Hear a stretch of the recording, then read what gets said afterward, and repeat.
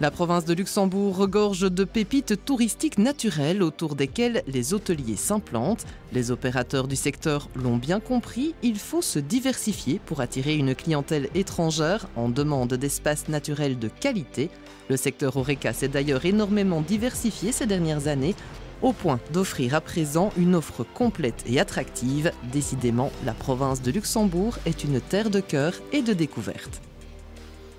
Vous avez des établissements qui sont, on va dire, classés différemment sur base de normes européennes au niveau de Hotel Star Union, au niveau d'hôtellerie. Et puis vous avez des établissements qui sont reconnus et d'autres qui ne le sont pas et qui sont promotionnés ou pas. Le monde de l'hébergement en province de Luxembourg a fortement évolué par rapport à une demande avec de petites capacités, de plus grandes capacités. On voit des groupes, on va dire, d'investisseurs d'ailleurs, des groupes hôteliers internationaux qui sont venus s'implanter en province de Luxembourg. Derrière ça, il y a de la création d'emplois, cette diversité au niveau des profils de logeurs, avec des familles, avec des hébergements, comme vous allez le découvrir ici, des lodges, et donc fort axé sur la nature, le bien-être. On voit maintenant sur Arlon l'ouverture du golf du Bois d'Arlon, donc un hôtel de 60 chambres en plus, des développements et des agrandissements dans des structures hôtelières même indépendantes. Donc il y a encore, on va dire, une volonté d'investir. Et la proximité aussi du Luxembourg, en tout cas l'attractivité et la qualité de la prestation en province de Luxembourg au niveau de l'hébergement au sens large reste, on va dire, un point fort. Donc on voit sur les sites d'avis en ligne la plupart, on va dire, des commentaires qui mettent en tout cas la province de Luxembourg avec ses atouts en première ligne.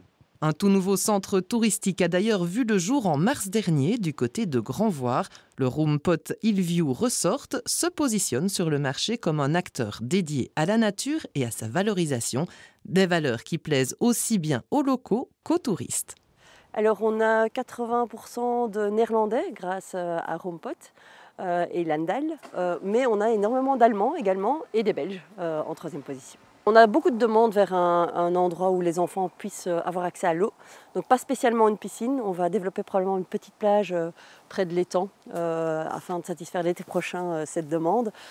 Et des activités plus récréatives encore pour les enfants.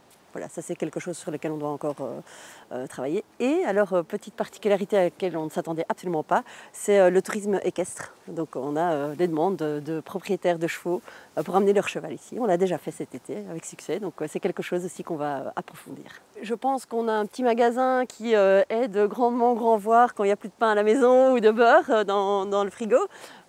Plus concrètement, on a quand même créé 35 emplois lorsqu'on cumule un petit peu les étudiants, les fixes et les flexis. On a amené du monde. Ici, on a fait pas mal d'échanges avec Michel Bourreux. On envoie pas mal de clients là-bas en journée d'activité, par exemple. Donc je pense que oui, c'est un gain pour le tourisme économique, enfin pour le tissu économique touristique régional.